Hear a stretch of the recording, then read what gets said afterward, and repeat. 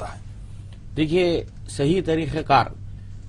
میں کوئی مفتی تو ہوں نہیں، لیکن جو کتابیں میں نے پڑھی ہے اس کے تحت طلاق احسن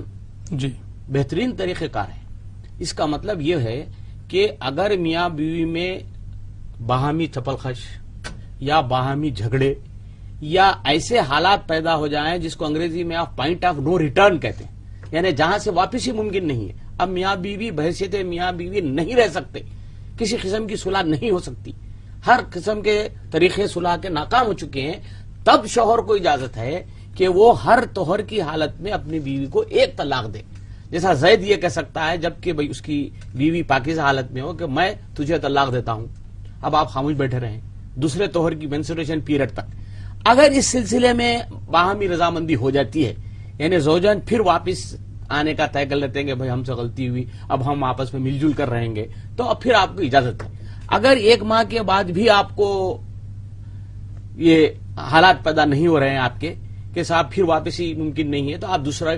مرتبہ ڈیوورس دے سکتے ہیں، طلاق کہہ سکتے ہیں۔ یعنی ایک مہینے میں ایک مہینے کے ایک بعد مہینے میں ایک مہینے میں دوسرے مہینے میں دوسری، تیسرے مہینے میں تیسری، subject to condition she must be beyond the menses period, that is the mandatory provision کہ طہر کی حالت میں ہو بیوی، 3 طلاق کے بعد طلاق ہو جاتی ہے۔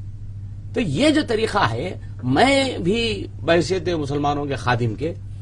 آپ کے اس چینل کے تھرو یہ گزارش کرنا چاہتا ہوں کہ مسلمانوں، اگر واقعی آپ با ایمان ہیں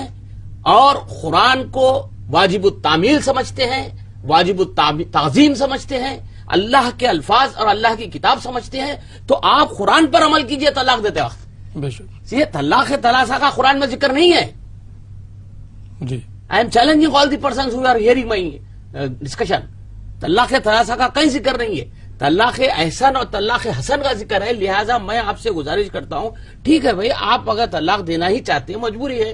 آپ کو ہم روکتے نہیں ہیں، یا کوئی بھی آپ کو دنیا کی شخصیت روک نہیں سکتی، لیکن کیوں آپ اس قرآن کو فالو نہیں کرتے؟ کس چیز نے آپ کو روکا ہے؟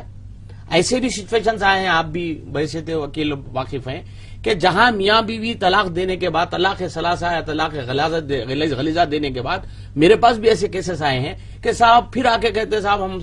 مجبور ہیں، ہم سے غلطی ہو گئی، میں معافی چاہتا ہوں، بیوی کو واپس لینا چاہتا ہوں۔ اسی لیے تو اللہ نے آپ کو 3 طلاق دینے کا حکم دیا ہے کہ 3 طہر کی حالت میں 3 دیجئے، so that you can reconcile, so that you can change your mind, so can you can come to a compromise later on.